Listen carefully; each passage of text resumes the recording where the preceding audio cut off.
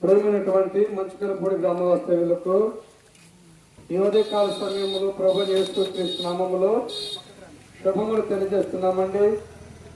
ప్రియ గ్రామస్తులారా, ప్రేమతో యేసు పిలుస్తున్నాడు రమ్ము అని మేము పాట పాడుకుంటూ వచ్చినాము. అయిలారా, ఎవరు యేసు అనంటే యేసు అనగా రక్షకుడు. యేసు అనగా ఎవరికి రక్షకుడు అంటే సకల మానవాడిని వారి పాపములను రక్షించేవాడు.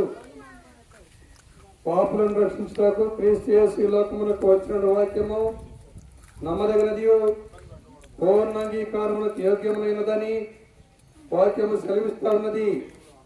ఈ యేసు ప్రేమతో మానవాడిని పిలుస్తూ ఉన్నాడు. దేవుడి వాక్యము రాయబడి ఉన్నది, దేవుడు లోకమును ఎంతో ప్రేమించును. దేవుడు లోకమును అనగా లోకములో ఉన్న సకల మానవాళిని దేవుడు ఎంతో ప్రేమించాడు. ఆ ప్రేమించిన దేవుడు కాలం పరిపూర్ణమైనప్పుడు తన అద్వితీయ కుమారునిగా ప్రభు యేసుక్రీస్తు వారిని ఈ లోకానికి రక్షకుడిగా పంపించినాడు.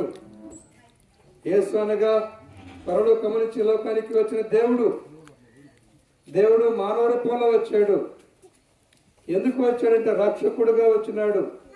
ఎవరికి రక్షకుడు అంటే పాపులకు రక్షకుడు. ఈ లోకంలో పాపులు ఎవరండి అనంటే దేవుని వాక్యం రీతిగా సెలవిస్తూ ఉన్నది, పాపము చేయకుండా మేలు చేయొచ్చు నీతిమంతుడు భూమి మీద ఒక్కడైనా లేడు.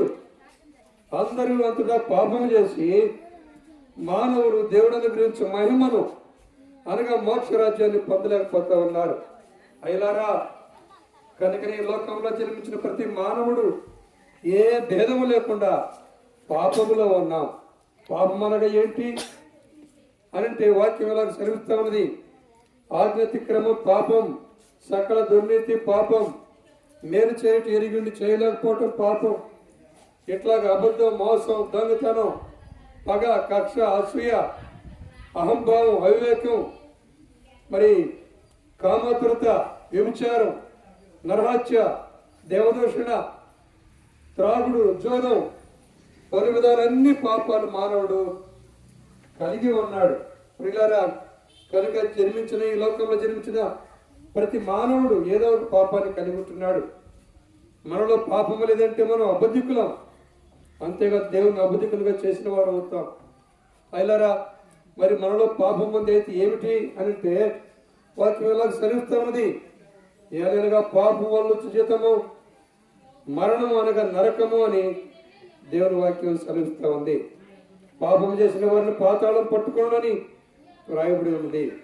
పాతాళం అంటే అగ్ని, గంధకాలతో మండే గుండం.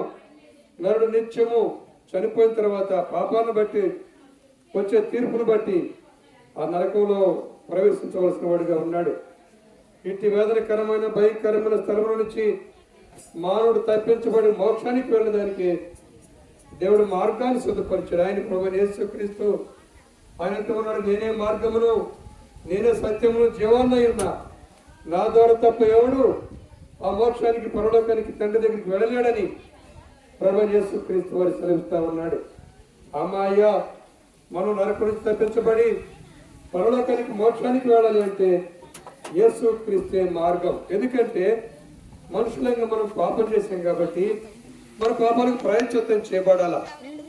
ఎవరు పాపాలు ప్రాయశ్చిత్తం చేయబడతాయో, ఎవరు అతిక్రమాలు తొలగించబడతాయో వాళ్ళు పరిశుద్ధులుగా చేయబడతారు. వారు పరిశుద్ధులుగా చేయబడిన వాళ్ళు దేవుని కుమారులు అనబడతారు. అటువంటి వారు దేవుని రాజ్యానికి పాత్రలు. కనుక మనం పాపంలో ఉన్నాం కాబట్టి మనం దేవుని రాజ్యానికి పాత్రలం కాము. దేవుని రాజ్యానికి వెళ్ళాలి, మోక్షానికి వెళ్ళాలి అంటే, నరకం నుంచి తప్పించబడాలి అంటే మార్గమైన యేసుక్రీస్తుని అంగీకరించాలా. ఆయన మాత్రమే ఎందుకు పరలోకానికి మార్గం అయ్యాడు అనంటే ఆయన దేవాది దేవుడై ఉండి కాలం పరిపూర్ణమైనప్పుడు 2025 ఏళ్ల క్రితం ఈ లోకానికి శరీరధారిగా రక్తమాంసాలు పాలివాడై కనిక గర్భమందు మనుషునిగా జన్మించాడు ఆయన యేసు ప్రభువారు.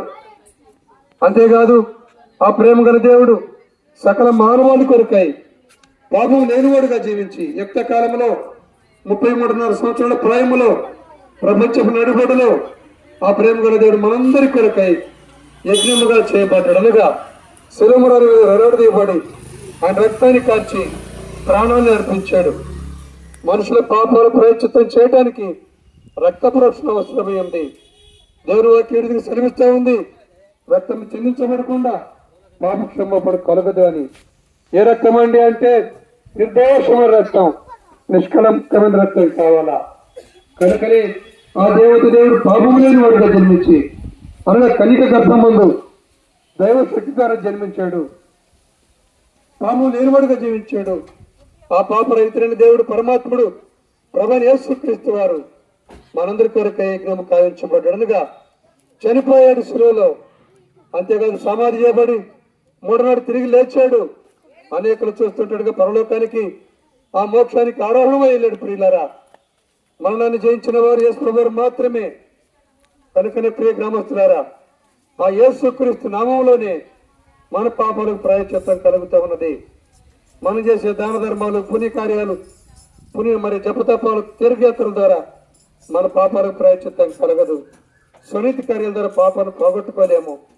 కనుక మన పాపాన్ని పోగొట్టుకోవాలి, పరిశుద్ధులుగా చేయబడాలి అంటే యేసుక్రీస్తు మాత్రమే మార్గం. ఈ నామములో మనం రక్షణ పొందాలా. యేసుక్రీస్తు రక్తము మనుషుల యొక్క ప్రతి పాపమును కడిగి పరిశుద్ధులుగా చేయను.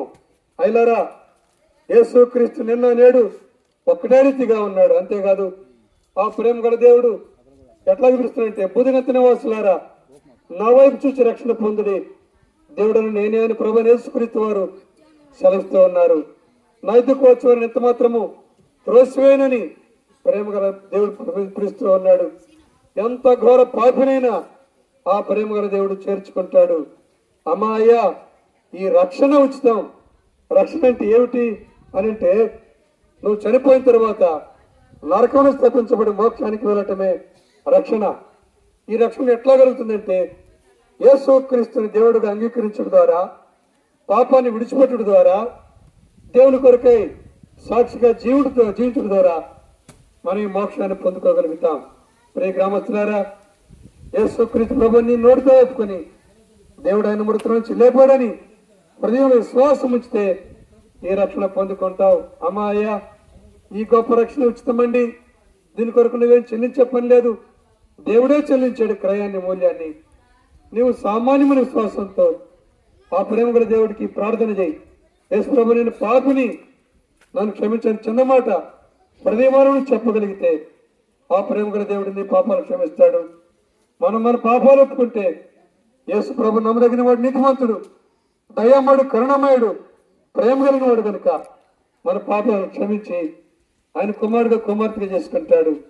ఈ లోకంలో ఉండగా నెమ్మది, శాంతి, సమాధానం ఒకరోజు ఈ లోకాన్ని విడిచిపెడతావు. ప్రియులారా, అది నువ్వు నరకం తప్పించబడు. నిశ్చయంగా ఆ మోక్షానికి, పరలోకానికి మరి వారసులుగా చేయబడతావు. దేవునితో కూడా యుగాయుగాలు నెమ్మది కలిగి జీవిస్తావు. ప్రియ గ్రామస్తులారా, ఈ గొప్ప రక్షణ విషయమై మీరు ఆలస్యం చేయవద్దు. ఎప్పుడయ్యా రక్షణ అంటే, ఇదిగో ఇదే మిక్కిరి అనుకున్న సమయం, నేడే రక్షణ దినం. రేపేం జరుగుతుందో తెలియదు నీకు. నేడు వాళ్ళ సమయం ఉండగా, నువ్వు ప్రాణంలో నీ బంధులో ప్రాణం ఉండగా, సజీవుడు ఉండగా ఇప్పుడే ఆ ప్రేమ గల దేవుడిని వేడుకో, ఆ గొప్ప రక్షణ పొందుకుంటావు. పిల్లరా, ప్రభు యేసుక్రీస్తునందు విశ్వాసం ఉంచండి. అప్పుడు మీరును మీ ఇంటి వారు గొప్ప రక్షణ పొందుకోగలుగుతారు. పిల్లరా, ఇంకా యేసు ప్రభువారి గురించి మా ప్రియులారా, ఇంకా ప్రభువైన యేసుక్రీస్తు వారిని గురించి మీరు ఎక్కువగా తెలుసుకోవడానికి మనకు సమీపంలోని తుమ్మపొడి గ్రామంలో మెయిన్ రోడ్ దగ్గరలోని ఆర్సిఎం స్కూల్ దగ్గర బేతనియా ప్రార్థనా మందిరం ఉన్నది. అక్కడ ప్రతి ఆదివారము దైవారాధన కార్యక్రమం జరిగించబడుతుంది. వారంలో ఆయా కూడకలు జరిగించబడుతూ ఉంటున్నాయి. దైవ సేవకులు కుటుంబంగా అక్కడ ఉంటున్నారు. మీ అందరినీ ప్రేమతో ప్రభు అయిన యేసుక్రీస్తు నామములో ఆహ్వానిస్తూ ఉంటున్నాం. ఈ స్థలాన్ని విడిచి వెళ్ళక ముందు మీ క్షేమము కొరకై మేము ప్రార్థన చేస్తాం.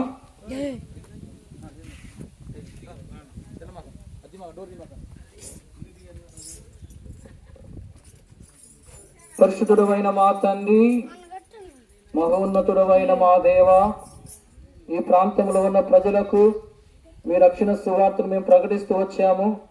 ఈ ప్రాంత ప్రజలందరూ మీ నామములో విశ్వాసం ఉంచి పాప క్షమాపణ పొంది పరలోకానికి వారసులుగా చేపట్టకు సహాయం చేయండి. దయగల తండ్రి, ఎవరైతే ఈ ప్రాంతంలో అనారోగ్యత బాధపడుతున్నారో వారిని స్వస్థపరచండి. ఎవరైతే సమస్యలు ఇబ్బందుల్లో ఉన్నారో వారికి సహాయం చేయండి. ఈ ప్రాంతం నుంచి అనేకులను దేవా బేతనియాకు మీరు నడిపించండి. మేము ముందుకెళ్తున్న మీ సన్ని తోడుగా ఉంచమని యేసు క్రీస్తు ప్రభు నామమున ప్రార్థించి స్తుతించి వేడుకొనుచున్నాం తండ్రి. ఆమేన్.